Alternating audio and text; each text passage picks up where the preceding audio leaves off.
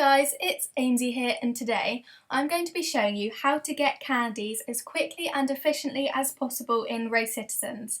I hope this video helps you guys out because, as I know, quite a few of you would like to buy this haunted mansion for 100,000 candies. It's a 3-bedroom manor with 3 bathrooms, it's 2 stories, Victorian style, and comes with a covered front and back decks, a basement and dead grass that will never ever grow back.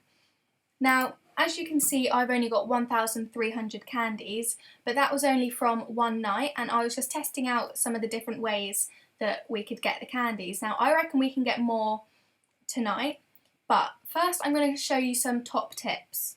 So obviously one of the first things is when you're running around the houses, instead of running around like this or with your car, make sure that you're holding shift, or if you're on mobile, I think there's a button down here somewhere, so that you run as fast as possible, and instead of running out and round past the houses, make sure to jump over the fences.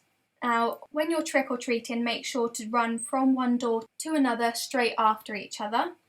Now, I'll show you an example of this in a moment, but click on the door and run straight to the next door as you go. The next one is go into a private server so that no one can drive into you or run into you and prevent you from getting as many candies as possible. So as you can see, I'm in a private server at the moment, and the private servers for RoCitizens are free. And another benefit to being in a private server is that it's also a challenge against other players. But if you're in a server by yourself, then you will win the challenge and you will get extra candies at the end of it. So my next top tip is, if you have Robux, buy the Gamepass so that you can change the time of day so that you can keep on trick-or-treating. So what you will notice is when you bring your phone up, you should get this little server control icon just down the bottom here. And when you click on it, it costs 125 Robux. But as you can see, I've bought it and it's now on my phone. And when I click on it, I can change the time, I can change the time cycle, the day length, I can change the current day, I can change the season, the weather, and I can kick and ban players and stuff like that. So it's definitely worth it if you have Robux. It's not essential, obviously, but it's definitely worth it if you have it, because I can keep changing the time to about 8 o'clock, then the trick-or-treating starts at about 8:15, and then you can get ready for it to fully start at 9. So I can keep on doing that over and over, back to back, instead of waiting for the days to go through, and also instead of waiting or joining a new server. So another top tip is that you need to trick or treat at the big houses, as they give you more candy. So as you'll see in a minute when I demonstrate this, there's some smaller houses and some bigger houses. Now the big houses give you a lot more candy. I think they give you 55, whereas the smaller houses give you 25. Now I'll just quickly put a list on screen of each of the prices of the houses, each of the amount of candies that each house gives. So if you're in a non-private server, then a lot of these will relate to potentially the players' houses.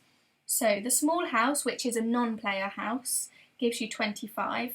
The small cabin gives you 25. The suburban house gives you 25. Tailor and house gives you 30. The classic mansion gives you 31. The craftsman house gives you 40. The contemporary house gives you 45. The large house, which is a non-player house, gives you 55. The luxury cabin gives you 60. The bungalow gives you 60. And the haunted manor gives you 75. And the villa gives you 80. Now, the villa seems like the best house, but as you have to run through the garage to the front door, it's actually not. So the haunted manor is actually a lot quicker. So you can run straight up to the door and ensure that you get the candies a lot quicker. So another top tip is run around 4 houses, as it's a lot more efficient. So you need to find the 4 houses that potentially will give you the most. So, well, you'd much rather 4 large houses, but obviously that's not always the case. You might have 2 large and 2 small.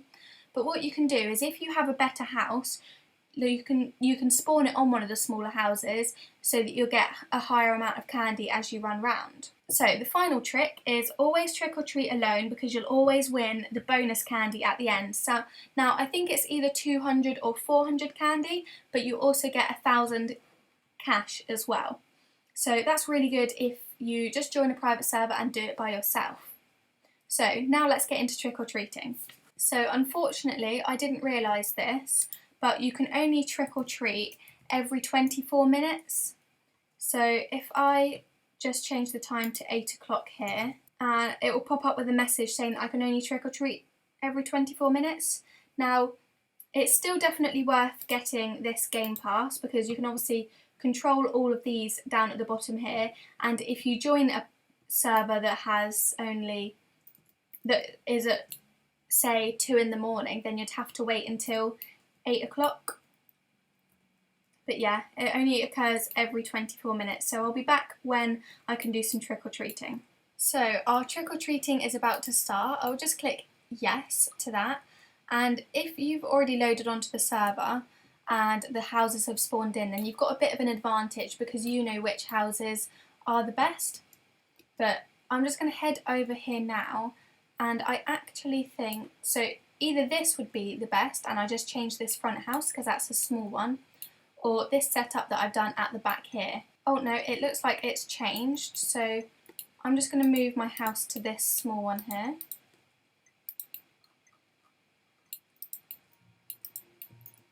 Okay, right, let's start trick-or-treating.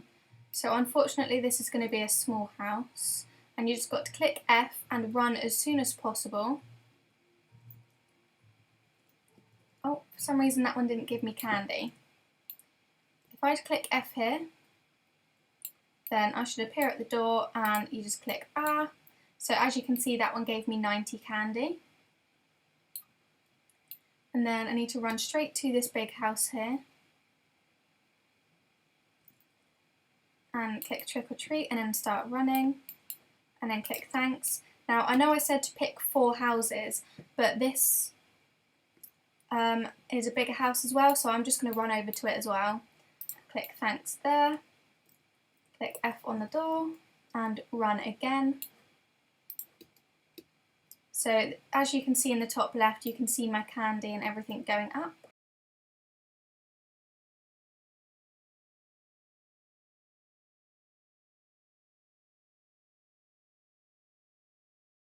But I haven't really got the best houses at the moment, so it's not a good representation of the money that I could get, but at least it's something.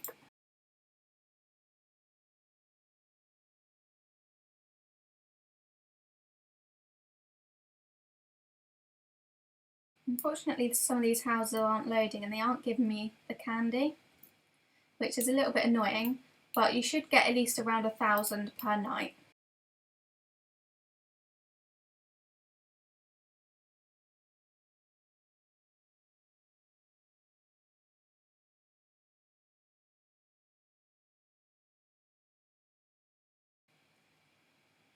So that's the trick or treat quest complete, and I got 400 candies extra for being the first place winner, and I also got $1,000 as well. So although that wasn't the best representation because I didn't put my house in the right spot, if you put your house in a spot where there was loads of big ones, so if I